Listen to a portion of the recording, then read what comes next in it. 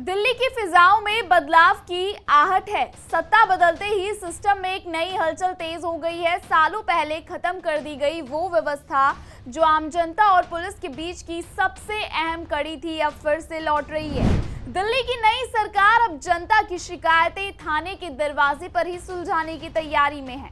सवाल ये नहीं कि बदलाव हो रहा है, सवाल ये है कि क्या अब दिल्ली में व्यवस्था का चेहरा पूरी तरह बदलने वाला है।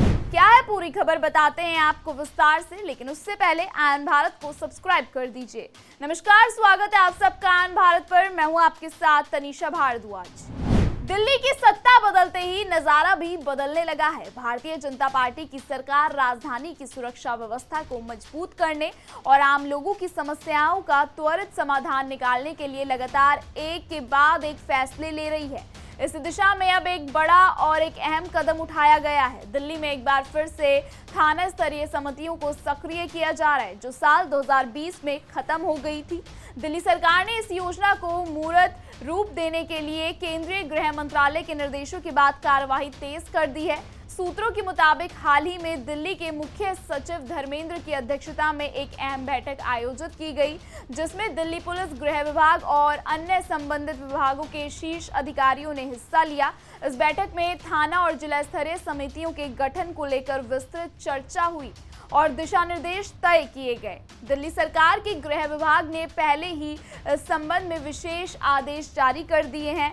अब प्रशासनिक स्तर पर तेजी से काम हो रहा है ताकि जल्द से जल्द इन समितियों को अस्तित्व में लाया जा सके।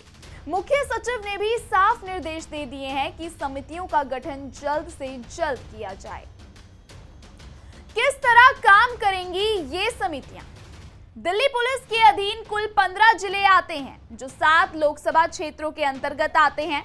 इनमें प्रमुख रूप से पूर्वी, उत्तरी, पूर्वी, शाहदरा, दक्षिणी, दक्षिण पूर्वी, पश्चिमी, नई दिल्ली, दक्षिण पश्चिम, द्वारका, बाहरी, उत्तर पश्चिम, बाहरी उत्तर, रोहिणी, मध्य और उत्तरी जिलों का समावेश है। इन जिलों में कुल 194 थाने स्थित हैं, जिन्हें 6 रेंजों पूर्वी, दक्षिणी, मध्य, उत्तरी, नई दिल्ली और पश्चिमी में बांटा गया है। जिला स्तरीय समितियों की अध्यक्षता स्थानीय सांसद करेंगे, जबकि थाना स्तरीय समितियों की जिम्मेदारी संबंधित क्षेत्र के विधायक के हाथों में होगी। पूर्व की आम आदमी पार्टी सरकार के कार्यकाल में 2020 तक केवल जिला स्तरीय समितियों को ही बनाए रखा गया था, जबकि थाना स्तरीय समिति समाप्त कर दी गई थी। अब नई सरकार ने स्पष्ट कर दिया है कि वह न सिर्फ इन समितियों को पुनः सक्रिय करेगी, बल्कि जनता और पुलिस के बीच कोऑर्डिनेशन को एक नई ऊंचाई तक पहुंचाएगी। क्या होंगे फायदे? जनता और पुलिस के बीच संवाद को बढ़ावा देना, शिकायतों का स्थानीय स्तर पर समाधान करना और सामाजिक समरसता बनाए रखना। इसमें स्थानीय स्तर पर आम लोगों को अपनी शिकायतें रखने और समाधान पाने का प्लेटफॉर्म मिलेगा। स्थानीय विधायक और सांसद दोनों स्तरों पर लोगों की समस्याओं पर निगरानी रख सकेंगे।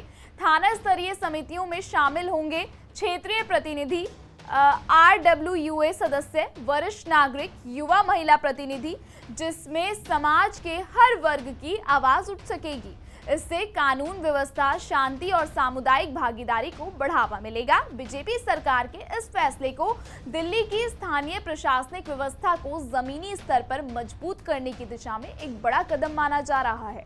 यह न सिर्फ सुरक्षा व्यवस्था को बेहतर बनाएगा, बल्कि आम लोगों को उनकी समस्याओं को सीधे संबंधित अधिकारियों और जनप्रतिनिधियों तक पहुंचाने का मौका भी देगा। दिल्ली की नई सरकार का यह फैसला बताता है कि वह सिर्फ सत्ता नहीं, व्यवस्था में सुधार के लक्ष्य के साथ काम कर रही है।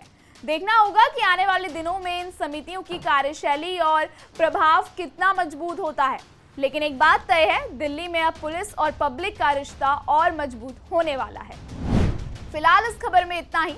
इस खबर पर आपकी क्या राय है, कमेंट सेक्शन में हमें जरूर बताइएगा। देश और दुनिया की तमाम बड़ी खबरों को लगातार देखने के लिए बने रहिए आयन भारत के साथ।